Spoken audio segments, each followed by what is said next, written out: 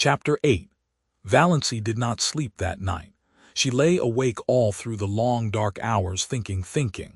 She made a discovery that surprised her. She, who had been afraid of almost everything in life, was not afraid of death. It did not seem in the least terrible to her, and she need not now be afraid of anything else. Why had she been afraid of things? Because of life. Afraid of Uncle Benjamin because of the menace of poverty and old age. But now she would never be old, neglected, tolerated. Afraid of being an old maid all her life. But now she would not be an old maid very long. Afraid of offending her mother and her clan because she had to live with and among them and couldn't live peaceably if she didn't give in to them. But now she hadn't. Valency felt a curious freedom, but she was still horribly afraid of one thing, the fuss the whole jamfrey of them would make when she told them. Valency shuddered at the thought of it. She couldn't endure it. Oh, she knew so well how it would be.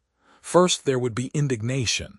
Yes, indignation on the part of Uncle James because she had gone to a doctor, any doctor, without consulting him. Indignation on the part of her mother for being so sly and deceitful. To your own mother, Das. Indignation on the part of the whole clan because she had not gone to Dr. Marsh. Then would come the solicitude. She would be taken to Dr. Marsh, and when Dr. Marsh confirmed Dr. Trent's diagnosis, she would be taken to specialists in Toronto and Montreal. Uncle Benjamin would foot the bill with a splendid gesture of munificence in thus assisting the widow and orphan, and talk forever after of the shocking fees specialists charged for looking wise and saying they couldn't do anything. And when the specialists could do nothing for her Uncle James, would insist on her taking purple pills. I've known them to effect a cure when all the doctors had given up. And her mother would insist on Redfern's blood bitters, and Cousin Stickles would insist on rubbing her over the heart every night with Redfern's liniment on the grounds that it might do good and couldn't do harm. And everybody else would have some pet dope for her to take. Dr. Stalling would come to her and say solemnly, "You are very ill. Are you prepared for what may be before you?" Almost as if he were going to shake his forefinger at her, the forefinger that had not grown any shorter or less knobbly with age.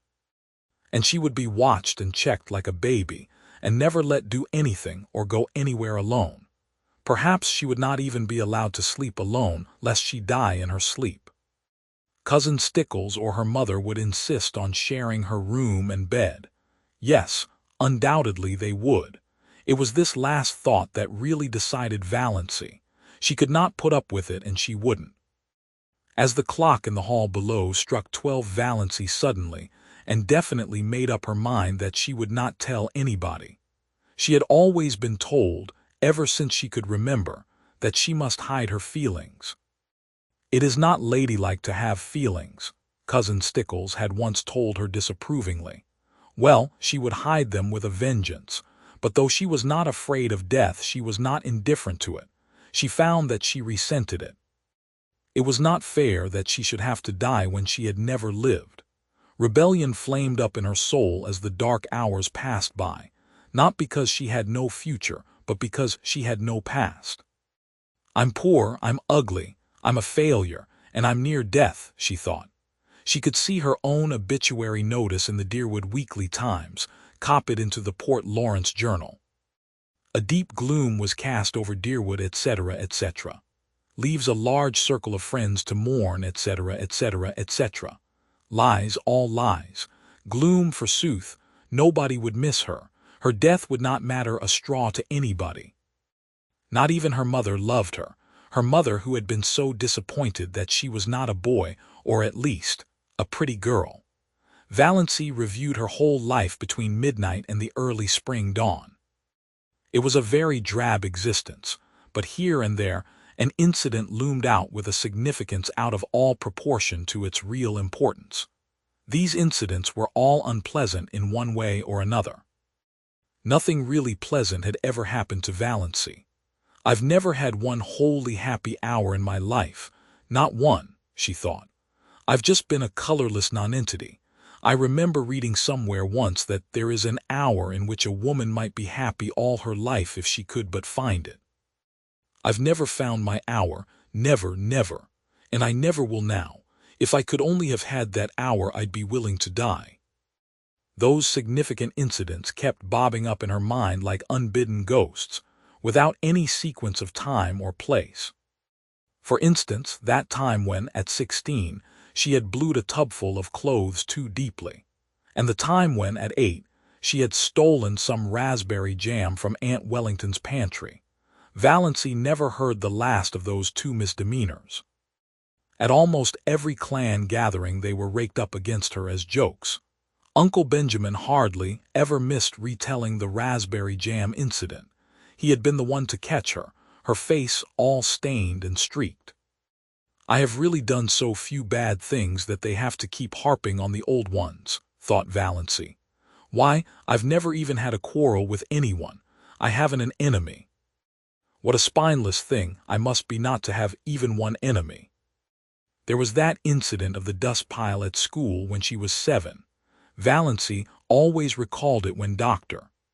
Stalling referred to the text, "To him that hath shall be given, and from him that hath not shall be taken even that which he hath." Other people might puzzle over that text, but it never puzzled Valancy. The whole relationship between herself and Olive, dating from the day of the dust pile, was a commentary on it. She had been going to school a year, but Olive, who was a year younger, had just begun and had about her all the glamour of a new girl, and an exceedingly pretty girl at that. It was at recess, and all the girls, big and little, were out on the road in front of the school making dust piles. The aim of each girl was to have the biggest pile. Valancy was good at making dust piles. There was an art in it, and she had secret hopes of leading. But Olive, working off by herself, was suddenly discovered to have a larger dust pile than anybody. Valancy felt no jealousy. Her dust pile was quite big enough to please her. Then one of the older girls had an inspiration. "Let's put all our dust on Olive's pile and make a tremendous one," she exclaimed. A frenzy seemed to seize the girls. They swooped down on the dust piles with pails and shovels, and in a few seconds Olive's pile was a veritable pyramid. In vain Valancy, with scrawny, outstretched little arms, tried to protect hers. She was ruthlessly swept aside, her dust pile scooped up and poured on Olive's. Valancy turned away resolutely and began building another dust pile. Again a bigger girl pounced on it. Valancy stood before it, flushed, indignant, arms outspread. "Don't take it," she pleaded. "Please don't take it." "But why?" demanded the older girl. "Why won't you help to build Olive's bigger?"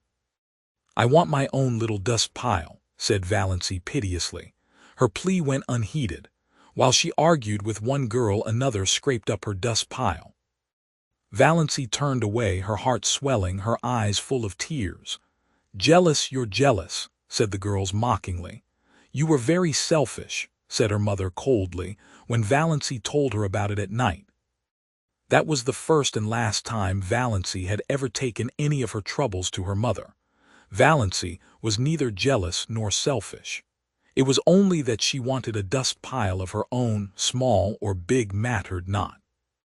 A team of horses came down the street. Olive's dust pile was scattered over the roadway. The bell rang. The girls trooped into school and had forgotten the whole affair before they reached their seats. Valancy never forgot it. To this day she resented it in her secret soul. But was it not symbolical of her life? "I've never been able to have my own dust pile," thought Valancy. The enormous red moon she had seen rising right at the end of the street one autumn evening of her 6th year. She had been sick and cold with the awful, uncanny horror of it. So near to her, so big. She had run in trembling to her mother, and her mother had laughed at her. She had gone to bed and hidden her face under the clothes in terror lest she might look at the window and see that horrible moon glaring in at her through it. The boy who had tried to kiss her at a party when she was 15. She had not let him. She had evaded him and run. He was the only boy who had ever tried to kiss her. Now, 14 years later, Valancy found herself wishing that she had let him. The time she had been made to apologize to Olive for something she hadn't done. Olive had said that Valancy had pushed her into the mud and spoiled her new shoes on purpose. Valancy knew she hadn't. It had been an accident, and even that wasn't her fault, but nobody would believe her. She had to apologize and kiss Olive to make up. The injustice of it burned in her soul tonight. That summer when Olive had the most beautiful hat, trimmed with creamy yellow net, with a wreath of red roses and little ribbon bows under the chin. Valancy had wanted a hat like that more than she had ever wanted anything. She pleaded for one and had been laughed at. All summer she had to wear a horrid little brown sailor with elastic that cut behind her ears. None of the girls would go around with her because she was so shabby, nobody but Olive. People had thought Olive so sweet and unselfish. I was an excellent foil for her, thought Valancy. Even then she knew that. Valancy had tried to win a prize for attendance in Sunday school once, but Olive won it. There were so many Sundays Valancy had to stay home because she had colds. She had once tried to say a piece in school one Friday afternoon and had broken down in it. Olive was a good reciter and never got stuck. The night she had spent in Port Lawrence with Aunt Isabel when she was 10.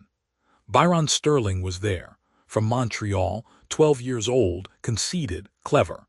At family prayers in the morning, Byron had reached across and given Valancy's thin arm such a savage pinch that she screamed out with pain. After prayers were over, she was summoned to Aunt Isabel's bar of judgment. But when she said Byron had pinched her, Byron denied it. He said she cried out because the kitten scratched her. He said she had put the kitten up on her chair and was playing with it when she should have been listening to Uncle David's prayer. He was believed. In the Sterling clan, the boys were always believed before the girls. Valancy was sent home in disgrace because of her exceedingly bad behavior during family prayers, and she was not asked to Aunt Isabel's again for many moons. The time cousin Betty Sterling was married. Somehow Valancy got wind of the fact that Betty was going to ask her to be one of her bridesmaids. Valancy was secretly uplifted. It would be a delightful thing to be a bridesmaid. And of course she would have to have a new dress for it, a pretty new dress, a pink dress. Betty wanted her bridesmaids to dress in pink, but Betty had never asked her after all. Valancy couldn't guess why, but long after her secret tears of disappointment had been dried, Olive told her. Betty, after much consultation and reflection, had decided that Valancy was too insignificant. She would spoil the effect. That was 9 years ago. But tonight Valancy caught her breath with the old pain and sting of it. That day in her 11th year when her mother had badgered her into confessing something she had never done. Valancy had denied it for a long time, but eventually for peace sake she had given in and pleaded guilty. Mrs. Frederick was always making people lie by pushing them into situations where they had to lie. Then her mother had made her kneel down on the parlor floor between herself and Cousin Stickles and say, "Oh God, please forgive me for not speaking the truth." Valancy had said it, but as she rose from her knees she muttered, "But oh God, you know I did speak the truth." Valancy had not then heard of Galileo, but her fate was similar to his. She was punished just as severely as if she hadn't confessed and prayed. The winter she went to dancing school. Uncle James had decreed she should go and had paid for her lessons. How she had looked forward to it, and how she had hated it. She had never had a voluntary partner. The teacher always had to tell some boy to dance with her, and generally he had been sulky about it. Yet Valancy was a good dancer, as light on her feet as thistledown. Olive, who never lacked eager partners, was heavy. The affair of the button string when she was 10. All the girls in school had button strings. Olive had a very long one with a great many beautiful buttons. Valancy had one. Most of the buttons on it were very commonplace, but she had 6 beauties that had come off Grandmother Sterling's wedding gown, sparkling buttons of gold and glass, much more beautiful than any Olive had. Their possession conferred a certain distinction on Valancy. She knew every little girl in school envied her the exclusive possession of those beautiful buttons. When Olive saw them on the button string, she had looked at them narrowly but said nothing. Then, the next day, Aunt Wellington had come to Elm Street and told Mrs. Frederick that she thought Olive should have some of those buttons. Grandmother Sterling was just as much Wellington's mother as Frederick. Mrs. Frederick had agreed amiably. She could not afford to fall out with Aunt Wellington. Moreover, the matter was of no importance whatever. Aunt Wellington carried off 4 of the buttons, generously leaving 2 for Valancy. Valancy had torn these from her string and flung them on the floor. She had not yet learned that it was unladylike to have feelings, and had been sent supperless to bed for the exhibition. The night of Margaret Blunt's party. She had made such pathetic efforts to be pretty that night. Rob Walker was to be there, and 2 nights before, on the moonlit veranda of Uncle Herbert's cottage at Mistawes, Rob had really seemed attracted to her.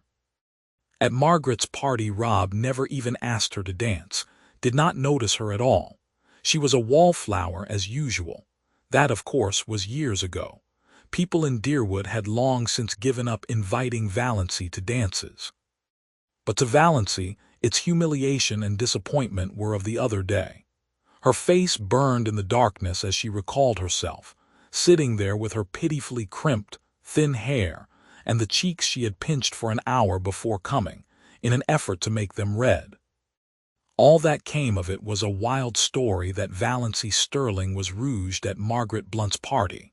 In those days in Deerwood, that was enough to wreck your character forever. It did not wreck Valancy's, or even damage it. People knew she couldn't be fast if she tried. They only laughed at her. I've had nothing but a second-hand existence, decided Valancy. All the great emotions of life have passed me by. I've never even had a grief. And have I ever really loved anybody? Do I really love Mother? No, I don't.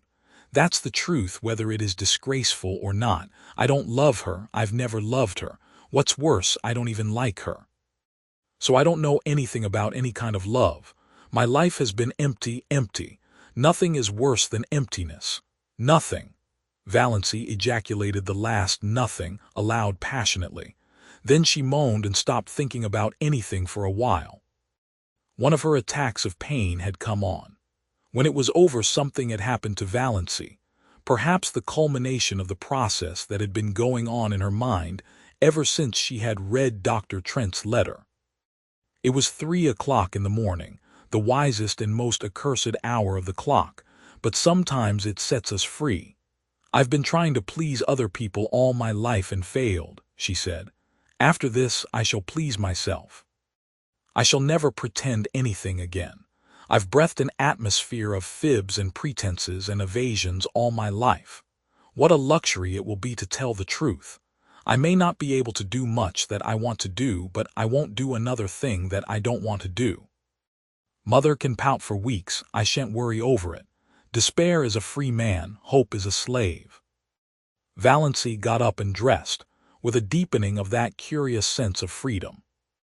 When she had finished with her hair, she opened the window and hurled the jar of potpourri over into the next lot.